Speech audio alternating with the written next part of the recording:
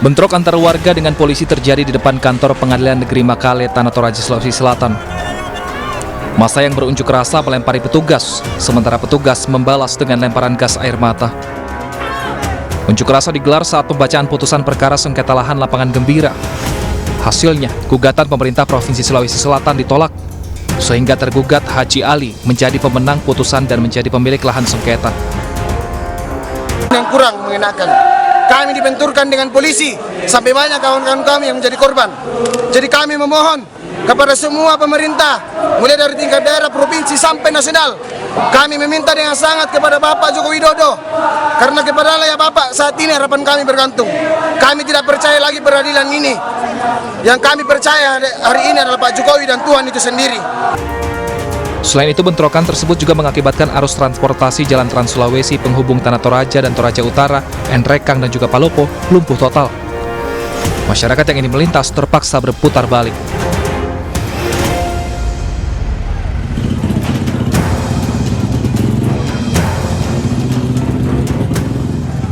Aksi tawuran antara dua kelompok warga kembali pecah di kawasan Manggarai, Tebet, Jakarta Selatan.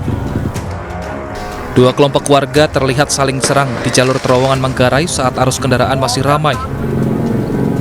Demi menjatuhkan lawannya, kedua kubu yang bertikai berusaha menyerang dengan lemparan batu, botol minuman, kayu hingga petasan. Beberapa di antaranya bahkan nekat membekali diri dengan senjata tajam. Aksi saling lempar batu dan petasan di badan jalan membuat para pengendara roda 2 dan roda 4 memilih menepi lantaran takut terkena lemparan batu. Bahkan sejumlah kendaraan memutarbalikkan kendaraannya untuk mencari jalur alternatif.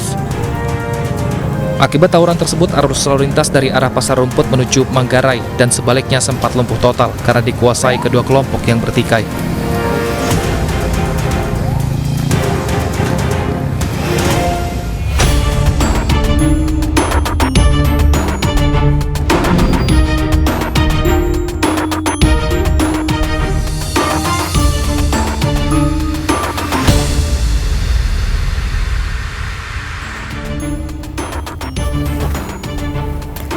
Dibakar api cemburu dan dibayang-bayangi rasa kesal lantaran tawaran berhubungan intimnya ditolak, membuat seorang pemuda gelap mata hingga tega membunuh bahkan memutilasi pacarnya.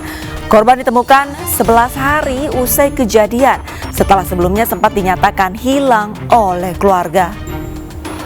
Pemirsa, selain kasus pelajar mutilasi pacar selama 1 jam ke depan, Realita juga akan menghadirkan berita-berita kriminal pilihan. Bersama saya, Arlisa Hadi.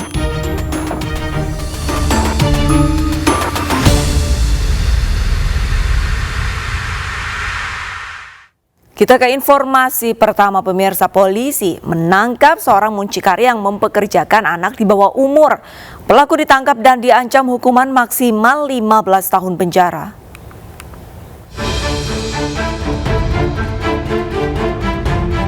Wanita berinisial K berusia 53 tahun ditangkap Direktorat Reserse Kriminal Umum Polda Kalimantan Tengah.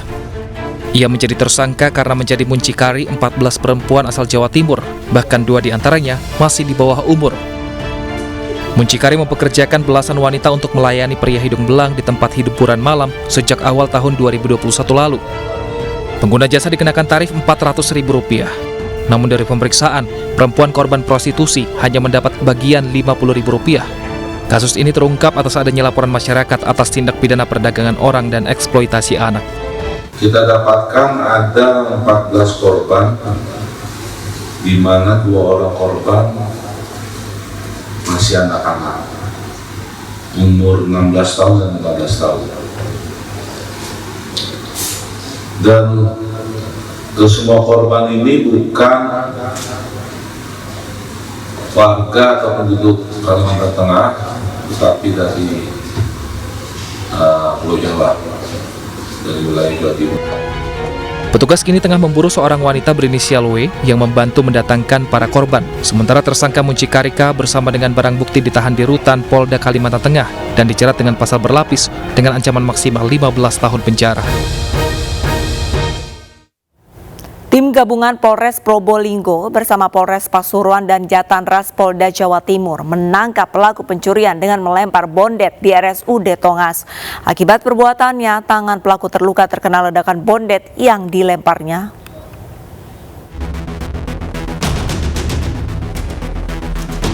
Dengan tangan dibalut perban dan diinfus, Misa warga desa Plososari, Pasuruan, Jawa Timur dibekuk tim gabungan Polres Probolinggo, Polres Pasuruan dan Jatanras Polda Jawa Timur. Pria 40 tahun ini merupakan pelaku percobaan pencurian sepeda motor di RSUD Tongas, Probolinggo. Luka pada tangan kanan pelaku akibat terkena ledakan bondet alias bom ikan yang dilemparnya saat berusaha kabur dari sergapan petugas keamanan. Misa ditangkap polisi di rumah saudaranya saat mengobati lukanya. Saat penangkapan, polisi juga mengamankan 1 unit motor yang diduga digunakan saat melakukan aksi kejahatan. Di hadapan polisi, pelaku mengaku telah beraksi di 5 lokasi. Sementara itu, polisi memburu teman pelaku yang berhasil kabur saat penangkapan. Kita telah mengamankan 1 orang pelaku yang diduga terkait dengan kejadian di Rumah Sakit Umum Daerah Tongas, yaitu terkait dengan percobaan pencurian kendaraan bermotor dengan modus melempar bondet kepada korbannya.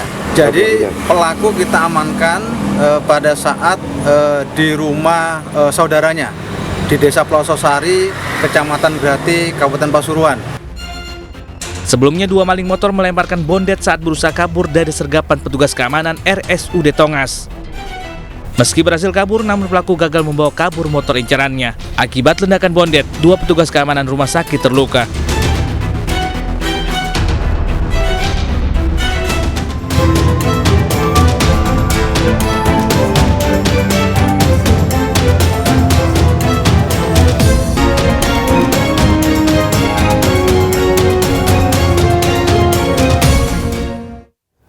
Seorang pemuda di Bantaeng, Sulawesi Selatan tega mutilasi kekasihnya gara-gara cemburu dan kesal lantaran ditolak berhubungan intim. Pelaku memutilasi korban di pinggir sungai dan baru ditemukan setelah 11 hari tewas.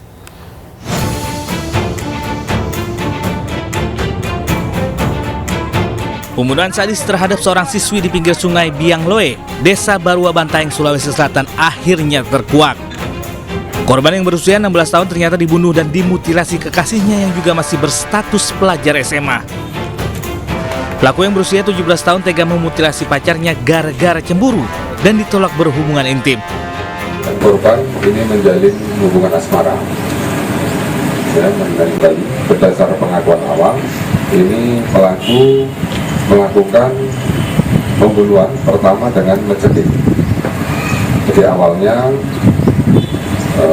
pelaku ini pengen dilayani hubungan intim lah, tapi korban tidak mau. Kemudian emosi dari pelaku kemudian dicekik. Sebelumnya, sesosok jasad siswi ditemukan warga di Sungai Biangloe, Kabupaten Bantaeng, Sulawesi Selatan 11 September lalu. Diketahui sebelumnya korban dinyatakan menghilang sejak awal September oleh keluarga. Saat ditemukan jasad dalam kondisi termutilasi, polisi dibantu warga mengevakuasi jasad korban ke rumah sakit untuk diotopsi. Warga Nias Selatan, Sumatera Utara dihebohkan dengan penemuan mayat seorang perempuan parubaya di pinggir sungai. Saat ditemukan terdapat sejumlah luka aniaya senjata tajam pada tubuh korban.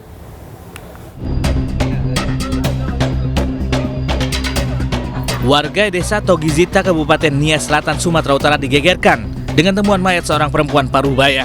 Saat ditemukan, korban dalam kondisi penuh luka sabetan senjata tajam pada sejumlah bagian tubuhnya. Aparat Polsek Loloa, Polres Nias Selatan yang menerima laporan menggelar olah tempat kejadian perkara dan memeriksa sejumlah saksi. Polisi sempat kesulitan saat mengevakuasi korban yang berada dalam kebun warga berjarak 2 km dari jalan raya. Masih bahwasannya ada seorang perempuan sekitar umur 50 tahun ditemukan di kebunnya dalam keadaan meninggal dunia. Lokasi kejadiannya di desa Hiligita di Kabupaten Nias Selatan. Untuk luka yang dialami korban, boleh dijelaskan Pak? Baik, setelah dilakukan visum di puskesmas terdekat, adapun luka-luka yang dapat yang secara garis besar kami dapatkan di kemungkinan karena benda senjata tajam. Polisi telah mengidentifikasi korban dan terus menyelidiki kasus guna memburu pelaku serta mengungkap penyebab kematian korban. Pelaku pembunuhan dua wanita yang jasadnya ditemukan di perairan dan pinggir pantai Ujung Genteng, Sukabumi, Jawa Barat ditangkap polisi. Pelaku tega membunuh lantaran kesal salah satu korban tidak mau melayani permintaannya.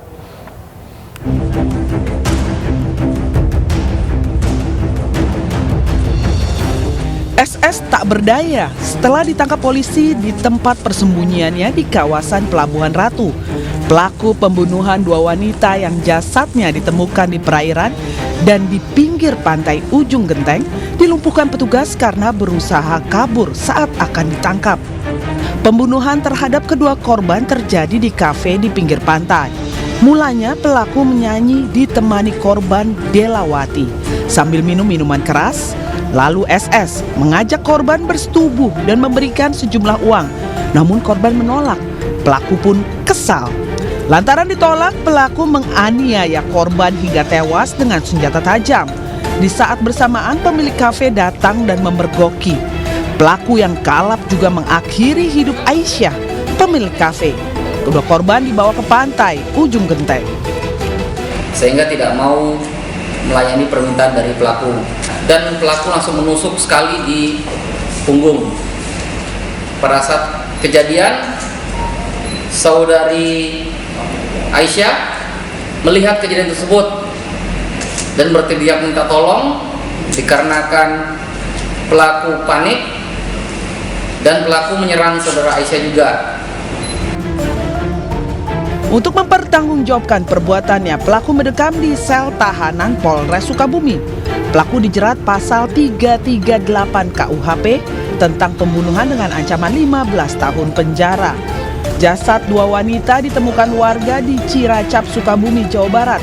Satu jasad ditemukan terapung di perairan Ujung Genteng. Sementara satu jasad lagi ditemukan tergeletak di pinggir pantai. Kedua korban ditemukan oleh nelayan. Warga mengenali salah satu korban yang diketahui sebagai pemilik kafe di pinggir pantai.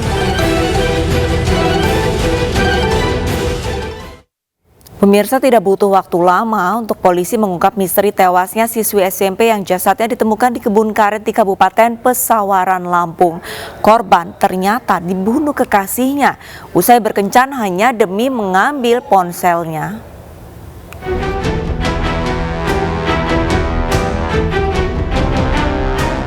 Kurang dari 24 jam, aparat Satreskrim Polres Pesawaran meringkus pembunuh siswi SMP yang jasadnya ditemukan di kebun karet Dusun Kemuliaan, Desa Kalirejo, Kabupaten Pesawaran, Lampung. Pelaku merupakan kekasih korban bernama Gamal Rajab Saputra, berusia 21 tahun. Dari hasil pemeriksaan, pelaku mengaku nekat membunuh korban lantaran mengincar ponselnya. Pembunuhan ini bermula saat pelaku mengajak korban untuk bertemu. Pelaku kemudian membawa korban ke perkebunan karet yang tidak jauh dari rumah korban. Di tengah kebun karet, usai berkencan, pelaku memaksa korban untuk menyerahkan ponselnya, namun ditolak hingga keduanya terlibat cekcok. Pelaku yang gelap mata kemudian menganiaya korban dengan brutal hingga tewas seketika, lalu ditinggalkan begitu saja di kebun karet hingga akhirnya ditemukan warga. Jadi sebetulnya handphone itu ini menjadi satu penyebab ya kenapa si tersangka itu melakukan tindakan sadis ya, karena tersangka ini korban ini di handphone korban itu terdapat gambar-gambar yang tidak senonoh di antara dua, karena udah kenal-kenalan gitu, saling membujuk ya kan, merayu-rayu, akhirnya mereka saling berkomunikasi melalui media sosial, chat-chatan. Ini ada gambar-gambar yang tidak senonoh yang milik si tersangka, sehingga tersangka takut disebar gitu. Pelaku kini mendekam di sel tahanan Polsek Gedong Tataan. Ia dijerat pasal berlapis dengan ancaman hukuman mati atau penjara seumur hidup. Sebelumnya, warga Dusun Kemuliaan Desa Kalirejo, Kecamatan Negeri Katon, Kabupaten Pesawaran, Lampung, gempar dengan penemuan jasad seorang siswi SMP di kebun karet. Korban masih berusia 15 tahun yang tinggal tidak jauh dari lokasi penemuan jasad. Di tubuh korban didapati adanya luka di kepala dan sayatan di lehernya akibat penganiayaan menggunakan pecahan botol dan ikat pinggang yang juga ditemukan polisi di lokasi. Pemirsa, membunuh bukan jalan keluar untuk menyelesaikan masalah karena hanya akan menimbulkan masalah baru. Apapun masalah yang dihadapi, selesaikanlah dengan kepala dingin tanpa adanya kekerasan. Dendam usai nonton konser, seorang pemuda tewas dianiaya. Informasi selengkapnya usai jeda.